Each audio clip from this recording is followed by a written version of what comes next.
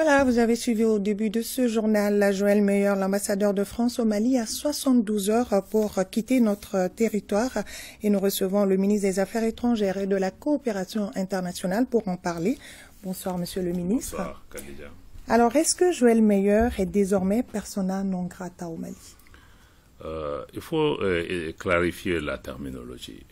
L'ambassadeur de France, Joël Meyer, n'est pas déclaré persona non grata qui répond à une autre catégorie, mais le gouvernement du Mali a souhaité qu'il puisse quitter le territoire national dans les 72 heures pour des raisons liées aux déclarations outrageuses qui ont été formulées à l'endroit des autorités de la transition que nous avons jugées inacceptables, propos que nous avons rejetés, parce que ces déclarations tendent à dire qu'à remettre en cause et la légalité et la légitimité des autorités auprès desquelles justement l'ambassadeur de France est accrédité.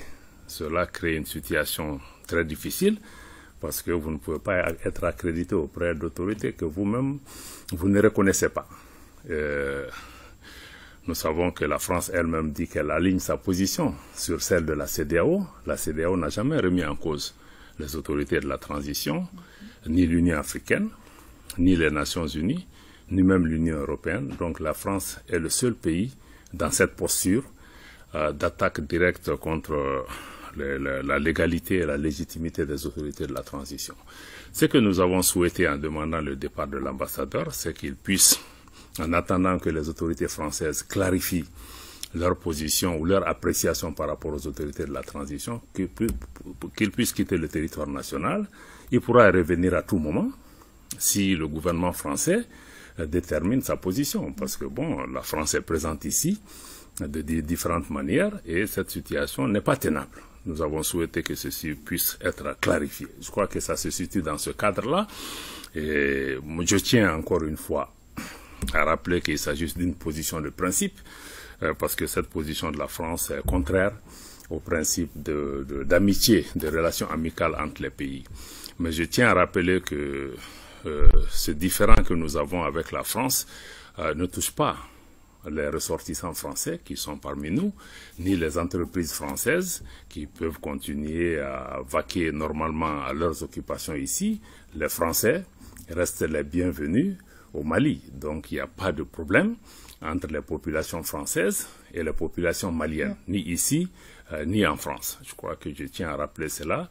Il y a certainement un différend au niveau politique et nous travaillons sur le plan diplomatique et sur le plan politique à pouvoir vraiment régler ce problème-là et nous espérons pouvoir. C'est vraiment une position de principe qui pour nous, ni pour la France, ni pour aucun représentant diplomatique, nous n'admettrons que vous soyez là et que vous considérez que vous êtes dans un État que vous ne reconnaissez pas. Donc je crois que c'est vraiment le sens de cet acte qui a été posé et nous espérons pouvoir engager un dialogue franc avec la France. Le Mali reste toujours ouvert au dialogue.